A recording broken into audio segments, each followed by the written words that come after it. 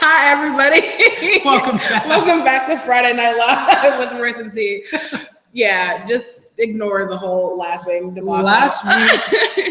Last week we were in a dark mood, and this week we're just kind of It's just silly. all laughs. Like it's up, down, up, down. Yeah, but welcome back to our segment, Social Scoop. We got a lot of juicy stuff for you guys this week. Actually, I feel like it's just a more upbeat week. It's just a really upbeat week. We're not really. Oh no! Oh, I do have some You do things. You do. I mean, who would I be if I didn't bring the dirt? If you didn't bring the dirt. So I like to dig for bones. Yeah, like with your shovel and whatnot. I'm an archaeologist. Yes, slightly, a little bit. Digging. Yeah, I do go digging. So you do. Okay. What you got for us this week? What you got?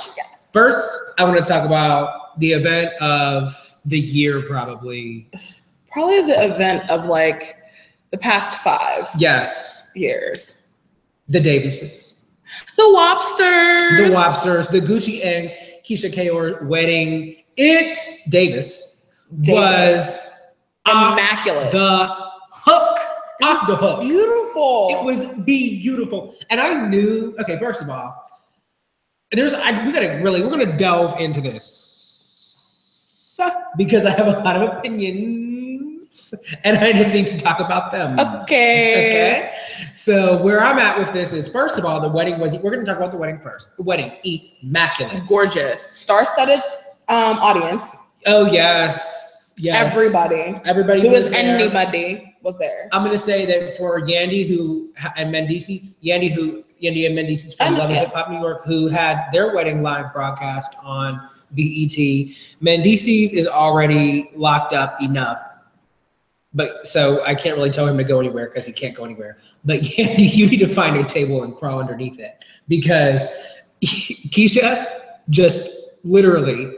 Yeah, no one should want to go. No one should want to broadcast their wedding on BET ever again. At least another 10 years. Yeah, because until the next generation is because I'm sorry, but I thought Yandy and Mendici's wedding was nice, but this wedding completely crapped on. Yeah, and she's a woman after my own heart. You know, she's extra as hell, and I'm extra as hell. So I was just all for.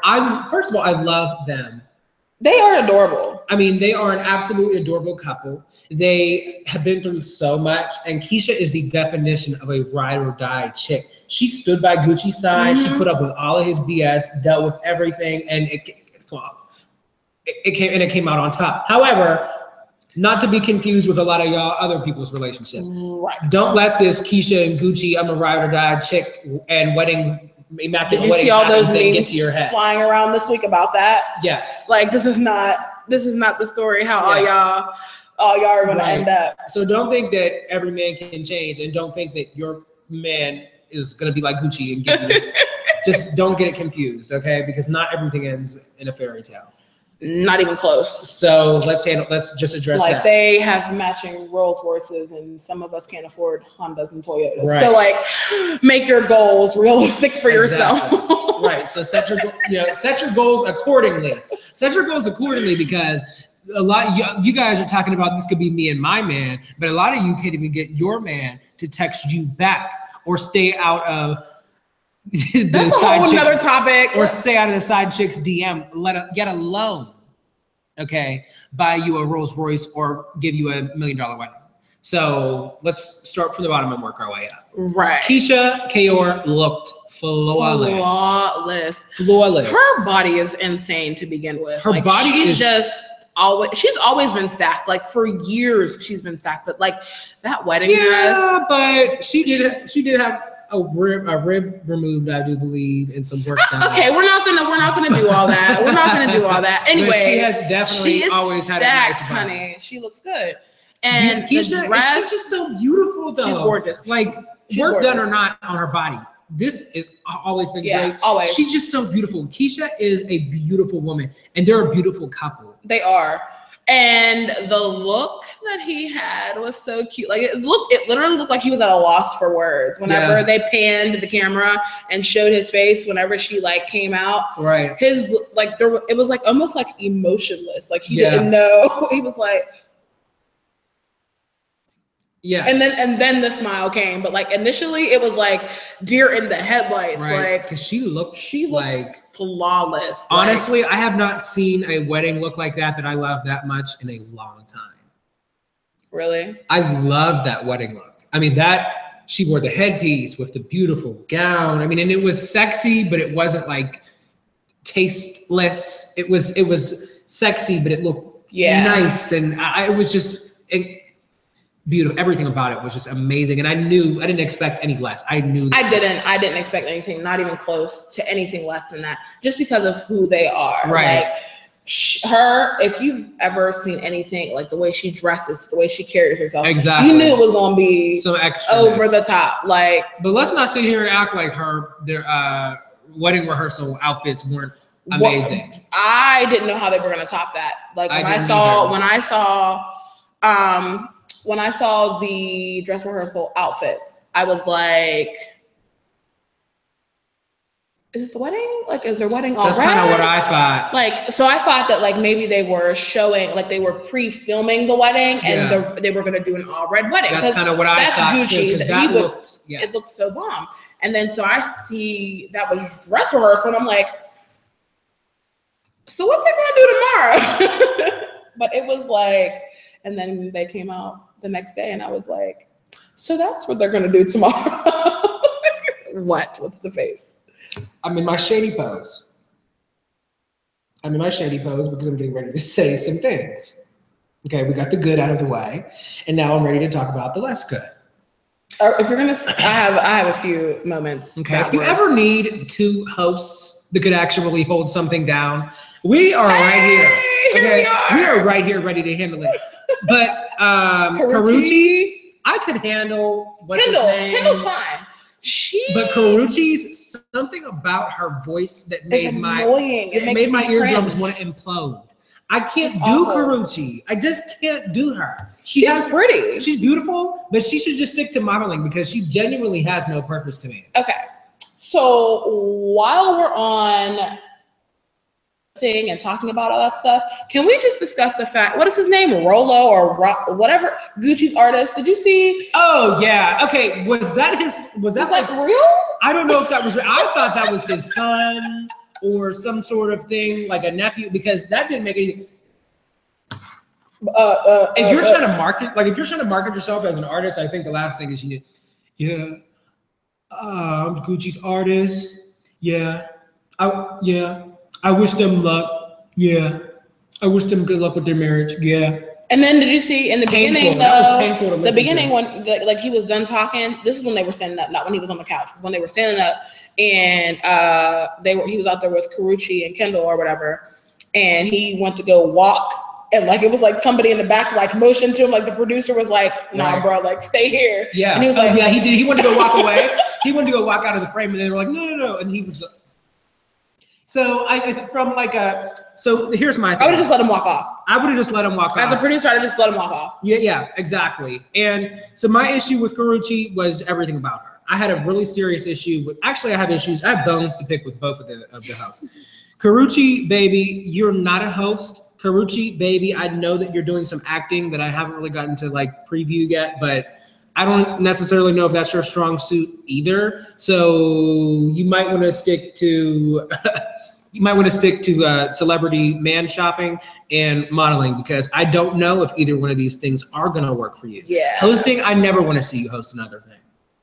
It was painful. It was extremely painful. Her voice. You could tell she was like reading the teleprompter. Yes. Like it was just all bad. And Kendall, I was disappointed by Kendall. See, I was okay with him. He wasn't a disappointment to me. Maybe because he was less disappointing than her. Well, I think that he let Karrueche kind of like take the reins on a lot. I wanted him to bring more of his personality. You know what I'm saying? When we see you, we expect what we see on Instagram. Yeah, right. We don't want to, he was very subdued, and I feel like he was kind of like closed off and kind of quiet. Yeah. So I think that maybe the next time if he ever gets invited to do another hosting thing, that maybe he should show more of his personality, or be solo, or just ride solo, because I think that he could handle that by himself. It wasn't good chemistry. It just wasn't good. It like the fact that the wedding was great was positive, because like if my opinion was based solely upon them, I'd be like, right, exactly. And if it was somebody that I didn't care about, here's the thing with a host. If the content of the show itself, or like the event itself, is terrible, at least you have a good host that can hold it down for you and keep your viewers and keep everybody contained, calm, and happy. That didn't happen. So luckily the wedding was good, and then we wanted to see Gucci and Keisha. If we didn't want to see Gucci and Keisha, click next channel. Next. Because literally that's how I felt like, and I was watching it. I actually watched it on my phone because I just didn't feel like flicking to the channel. I was scrolling on my phone and I happened to come across somebody went live. Thank you for whoever did that. But had I been watching TV, I probably would have changed the channel just while they were hosting, because I was over it. My last thing with it is I had a really big issue with the fact that her wedding planner came on and was speaking to Karrueche and Kendall about, and they said something about the wedding dress being a top secret, and oh yeah, so what's the wedding dress look like? And she wouldn't speak. Posted a picture of the wedding dress right before prior to her going on there. Prior to her going on there. That at that point had been screenshotted, sent around, and everybody on the shade room everywhere. Yes. So we already knew what it looked like. It wasn't a secret. It wasn't a top secret. There's nothing to hide. We already know what Keisha looks like. Glam, jewelry, makeup, hair, dress, everything. So why did you come on there and act like it was a top secret? I'm wondering if they didn't know. If she didn't know, because she's been so wrapped up in like the wedding and all the planning and stuff like that, that she hadn't been on social media to know that it had been posted. That's what I'm gonna give her the benefit of the doubt. But like there was no murmur, you know what I mean? Like, so there was like no, oh, look at this girl, look. You know what I'm saying? Like if we're at a wedding and we're not, you know, I'm like, oh, look. But you also know that like when we're working too, like you're not fully invested in, like, it's no different than like if you and I are having a conversation at work and you flick your headset out. Like, yeah, that's true. Type of stuff like that. Like you just kind of just. My only other thing is that maybe there was a no cell phone policy. I believe that there were. You know what I mean? actually think that there was. Oh, really? Yeah, I really think that there was. Okay, so that might be why nobody in there knew that she had posted a picture. Right. But then at the end of the day, why have a no? Well, because I guess you don't want to see what the setting and everything looks like and decorations if they haven't gone on yet. So whatever. But those overall though, great wedding. Yeah, I think it was dope. Yes. No. She's a recurring topic. We talk about her quite often. I love her. Did Nicki Minaj bring female rap back to mainstream? Go. Okay, so here's how I feel about the statement that she made. I feel like part of it was accurate. The part where she said there had been a period of time before she came out that there wasn't a female rap album presence. I agree. I do agree. And I feel like people are like mincing her words, because after I watched the actual clip, I feel like people minced her words. She introduced female rap into pop culture, which is I think the part that everybody's missing, because I do believe she's the first, and that I can remember, and it being that strong of a presence. Yeah, I mean, that introduced rap into pop culture. You had never seen that before. No, Kim tried. Like Kim tried. She had a song with Christina Aguilera, and she tried with Moulin Rouge. That's it. Like other than Missy Elliott, and I don't even think Missy Elliott was considered pop to me. I still considered her rap. Right. I think Nicki was the first one to bring.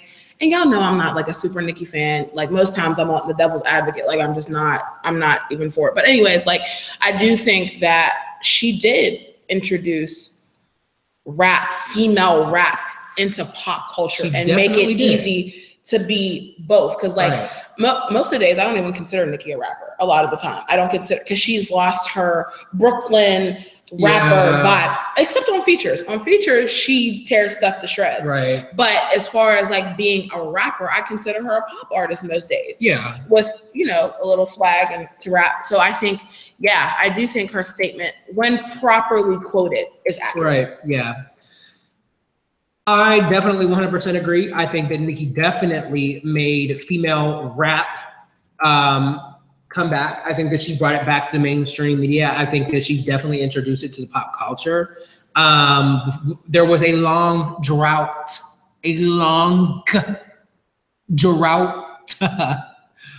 of a female rap presence in the media. We didn't see it. Right. It was gone. Little Kim was busy bleaching and plasticking chopping and cutting and weaving sewing stuff back together, stuffing and all that. You know, so she was too busy getting her, you know, building herself, literally.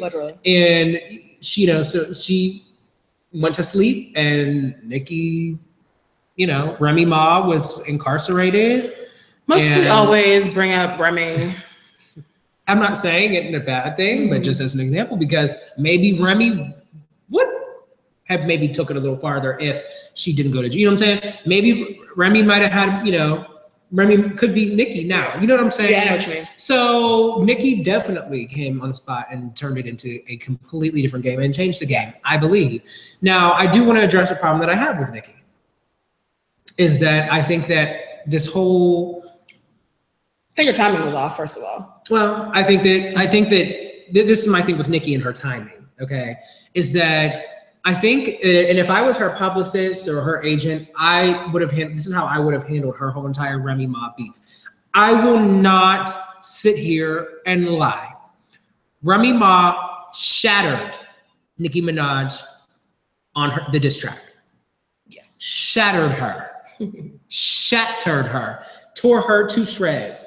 Chewed her up, spit her back out, and then picked her teeth with her bones.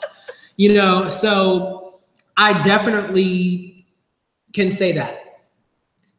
But you can use, you know what I'm saying? So they do that, and they had their little back and forth. She should have took that beef, and, you know, I think that what she needed to do with that, because at that point it was undisputed that. Yeah. I love No Frauds. That was my song, but I think that she could have, you know, maybe don't push it a little further, but what, you know, whatever. I loved it.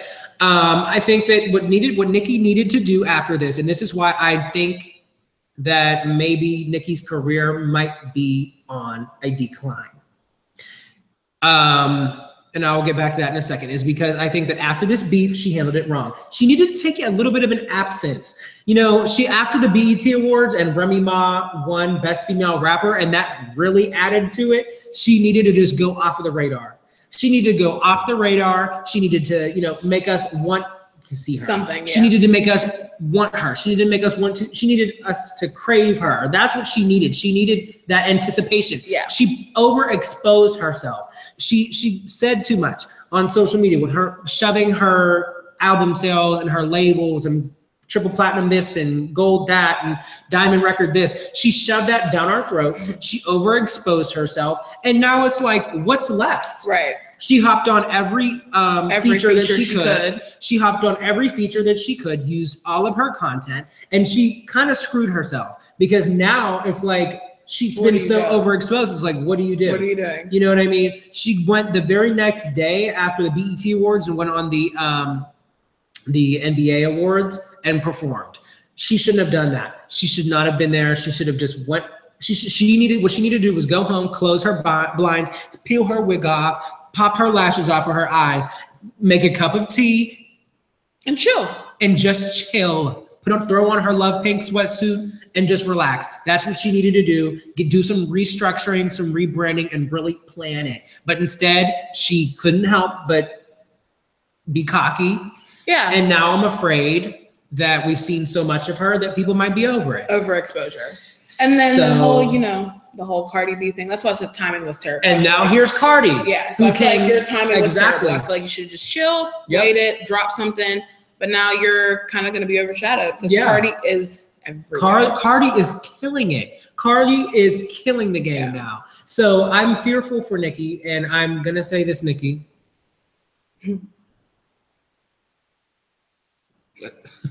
I just had to have that moment of silence. Nicki, I'm going to tell this to you.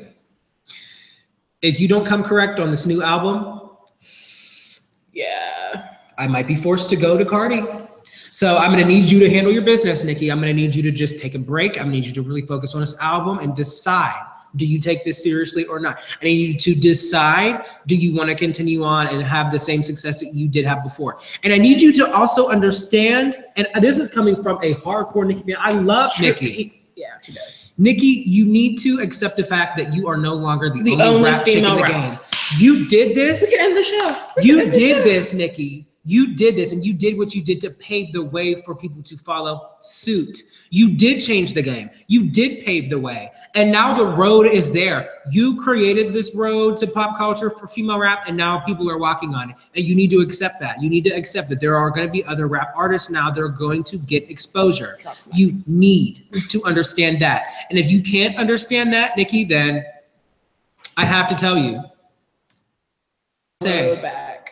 So that's how I feel. That's how I feel. If I had a mic, I would drop it. Next. Mic's been dropped. I am infuriated with Hazel E. from Love and Hip Hop Hollywood. I'm going to pull my cell phone out, and I'm going to give you all of the background that you need to know. Oh, dear. Hazel, we have some issues. So let's go ahead and... Are you looking at the same video that we were looking at earlier? Because... So let me explain something. Hazel E is being dragged on social media by everyone for her statements that she made about the LGBTQ community. She said some hateful things. And actually not multiple things. It was one statement that she's apologized for. But Hazel, there is no coming back from this for you. And how dare you? Let me reference. This is all over a comment that she made, or a mark that she made over her boyfriend, Rose Burgundy. And okay, who was like 20 years younger than her or something. I don't even want to talk about the fact that, yeah, I don't even know who he is. I've never seen him. I don't know who half of the people on Love and Hip Hop. I don't, you know what I'm saying? Until after and Mona, the season. And you know what, Mona, before I even go on this, Mona, you need to do some damage control with your cast. She needs to get her cast members in check. I feel like there's just certain things that you shouldn't. There has to be like contractual agreements as far as like things you can and cannot say. Exactly. You should and should not say, as far as like, you know, just code of ethics. Like yes, when you are a new hire for a job, yes, they make you sign papers saying, can't say this, you know, because you're in association with our company, right, or anything like that. So it can be misconstrued that those are our beliefs. I feel like there should be something in their contracts because this is ridiculous. I understand that this is reality television and that you want to keep it as real and as close to reality as you can, and you want to keep it real. But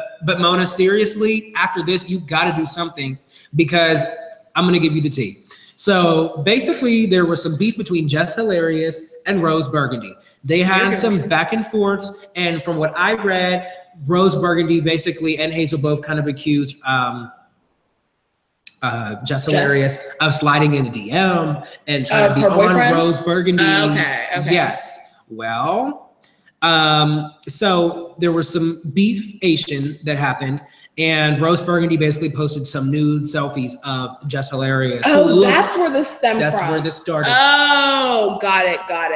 Exposing is whack. Corny. First of all. Corny. Exposing is whack. If that's the only card you have to play, then you're honestly, you don't deserve to receive it. If you, any, this is for any gentleman out there, I just feel like if you, or chicks, if you expose, you're whack, and you really don't need to be. You should never be sent a nude ever again. No.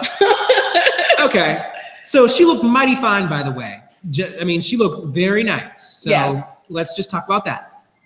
So she basically got on and said that Rose Burgundy said that she was selling herself for $2 on $2. $2? Like yes. Nothing else. Just $2.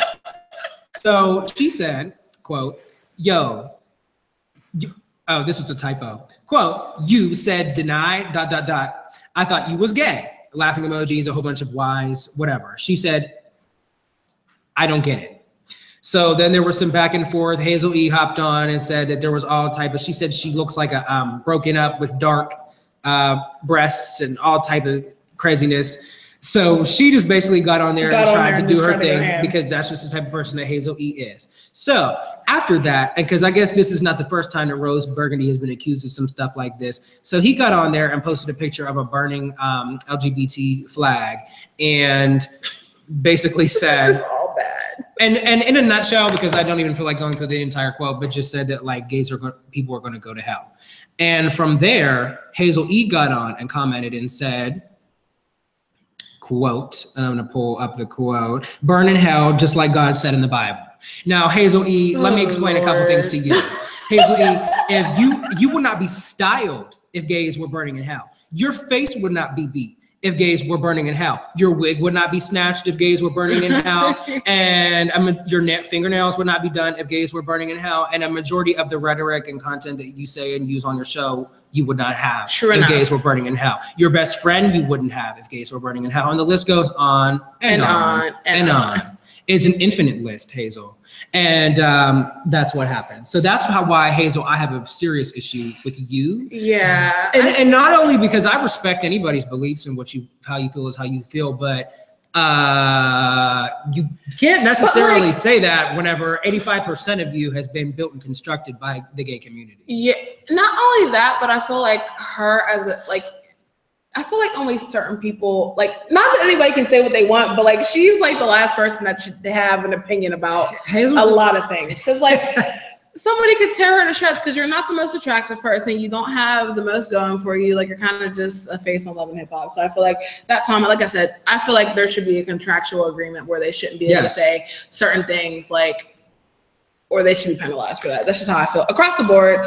But Hazel, she shows she just shows this corny side of herself 24/7 all the time on the show. On Love and Hip Hop, she took a bag. Okay, she tried to play this other girl on Love and Hip Hop and took Saks Fifth Avenue bags.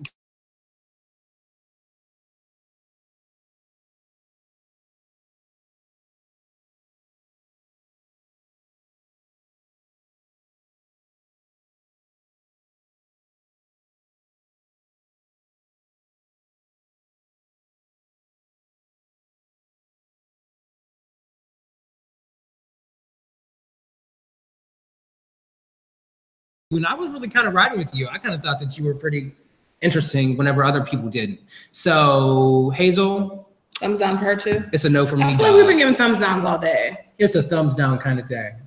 But we got some exciting stuff. Yeah. We got some thumbs up coming though. We do got some thumbs up coming. Yes, we got some special guests in the studio.